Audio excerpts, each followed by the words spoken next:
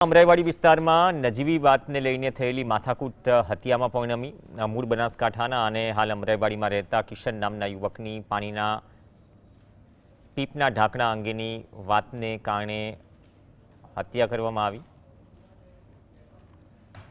આરોપી પવન રાજપૂતે કિશનની પત્નીની સામે ધારદાર હથિયારથી હુમલો કરી લોહી લુહાણ હાલતમાં કિશનને હોસ્પિટલ ખસેડાયો, જ્યાં ડોક્ટરોએ તેમને મૃત જાહેર કર્યો। ઘટનાની ગંભીરતા જોતા અમરાઈવાડી પોલીસે ત્વરિત કાર્યવાહી કરી આરોપી પવન રાજપૂતની ધરપકડ કરી। પોતાના ઘરના ફળિયામાં જે એક પાણીનું પીપ પડેલું હોય એમાંથી હાથ પગ મોઢું ધોવા જતા ફરિયાદીશ્રીએ અને તેના પતિએ વિરોધ કર્યો।